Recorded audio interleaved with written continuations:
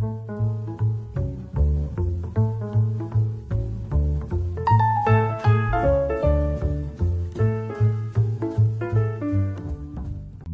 à toutes et à tous, moi c'est Gabriel. Et moi, Sophia, bienvenue dans Confluence. Aujourd'hui, on plonge dans une question brûlante, hein, avec l'intelligence artificielle qui transforme tout. Est-ce que se lancer dans de longues études, genre médecine, doctorat, ça vaut encore le coup pour, disons, 2030 ? C'est vrai que ça interroge beaucoup. Exactement. Alors, on va décortiquer ça, on va comparer un peu la France et les États-Unis en regardant les chiffres, hein, les salaires, le coût des études, et puis les perspectives d'avenir avec cette fameuse IA. L'idée, c'est d'y voir plus clair sur la pertinence de cet investissement en temps et en argent. Prêt ? Allons-y. Bon, alors commençons par le début. L'IA, on la voit partout. Première réaction, est-ce que ça rend les diplômes très spécialisés un peu obsolètes ? Qu'est-ce qu'on trouve dans les analyses ? Alors, c'est une idée qui circule, oui. Mais en fait, les sources qu'on a consultées, elles suggèrent plutôt l'inverse. C'est vrai, l'IA automatise. Pas de doute là-dessus. Oui. Mais elle crée aussi de nouveaux besoins.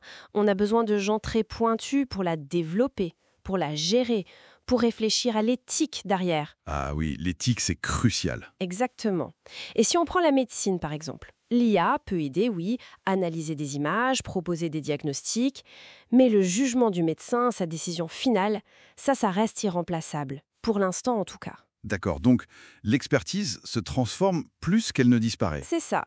Elle pourrait même, gagner en valeur. Parce que pour maîtriser ces outils complexes, il faut justement des compétences avancées, celles qu'on acquiert dans ces longues études.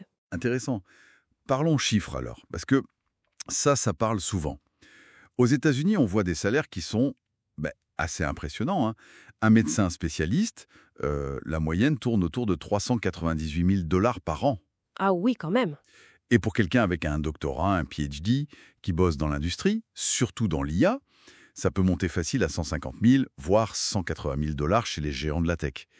C'est motivant, même si on sait que les études coûtent un bras là-bas. Oui, c'est sûr, c'est très attractif. Mais attention, il faut remettre ça en contexte. La France, c'est un paysage différent. Un médecin spécialiste, dans le privé, peut très bien gagner sa vie, oui, jusqu'à 240 000 € par an, ce qui fait environ 260 000 $. Ce qui est déjà pas mal. C'est déjà très bien, mais dans le public, on est plus autour de 96 000 €, donc un peu plus de 100 000 $. Et pour les docteurs, les PhD, le salaire moyen, c'est autour de 38 500 € bruts par an. Donc 42 000 $ environ. Voilà. Et dans le monde académique, c'est souvent encore moins. Donc oui, l'écart de salaire avec les US, il est notable. Et c'est là qu'on arrive au point crucial, je trouve, le coût pour en arriver là. Parce que si les salaires sont globalement plus bas en France, l'accès aux études, ça n'a rien à voir. Ah, ça c'est clair. Un doctorat en France, les frais d'inscription, c'est quoi ? Moins de 400 € par an. C'est ça, 391 €, quelque chose comme ça. Alors qu'aux États-Unis, si t'as pas de bourse, ça peut grimper à 50 000 $ par an. Oui, la différence est énorme. L'investissement de départ est juste incomparable, quoi. Exactement. Et cette quasi-gratuité, ou en tout cas ce coût très très faible des études longues en France, c'est un avantage. Un avantage énorme. Et il faut ajouter à ça les perspectives d'avenir, ici en France. Ah oui, hein. Qu'est-ce qu'on prévoit ? D'ici 2035, selon les projections européennes du CDFOP, on anticipe une croissance de l'emploi en France de l'ordre de 5,5%. Et surtout, la majorité de ces emplois, 55%, ce seraient des postes à haut niveau de compétences. D'accord. Et dans quel secteur en particulier ? Alors, sans surprise, l'intelligence artificielle, le marché français pourrait peser près de 830 milliards de dollars d'ici 2030. C'est colossal. Oui, c'est énorme. Il y a aussi tout ce qui est énergie verte. Rien que dans l'hydrogène, on parle de plus de 100 000 postes nécessaires d'ici 2030. Et puis plus largement, toute la transformation numérique des entreprises. Et tous ces domaines, ils demandent quoi ? Justement, il demande ces compétences pointues. L'analyse critique, la résolution de problèmes complexes, l'innovation, tout ce qu'on développe pendant ces longues études. Donc l'IA, loin d'être juste une menace, elle agit plutôt comme un catalyseur. Elle augmente le besoin d'expertise. D'accord, je vois.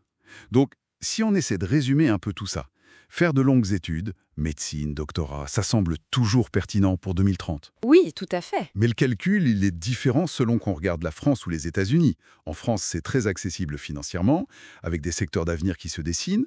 Aux US, potentiel de salaire plus élevé, mais un ticket d'entrée, très cher. C'est exactement ça. L'IA vient complexifier un peu le tableau, mais elle ne dévalorise pas l'expertise. Au contraire, elle la redéfinit un peu.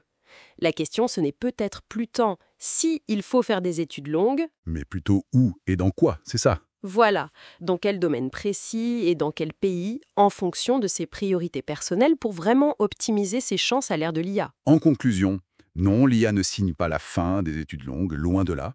Médecine, doctorat, ça garde sa valeur. Les États-Unis attirent avec les gros salaires, mais attention aux coûts. La France, elle, marque des points avec des études abordables et des secteurs prometteurs comme l'IA ou le verre. Le choix doit être éclairé en pesant bien le pour et le contre, coûts, gains potentiels et les dynamiques sectorielles de chaque pays. Et peut-être une dernière pensée pour la route. Au-delà de l'expertise dans un domaine précis, est-ce que la compétence clé de demain, ce ne serait pas notre capacité à apprendre, désapprendre et réapprendre, tout le temps en travaillant main dans la main avec ces IA? C'est une piste, non? C'est une excellente piste de réflexion, en effet. Voilà ce qui ressort de notre exploration aujourd'hui.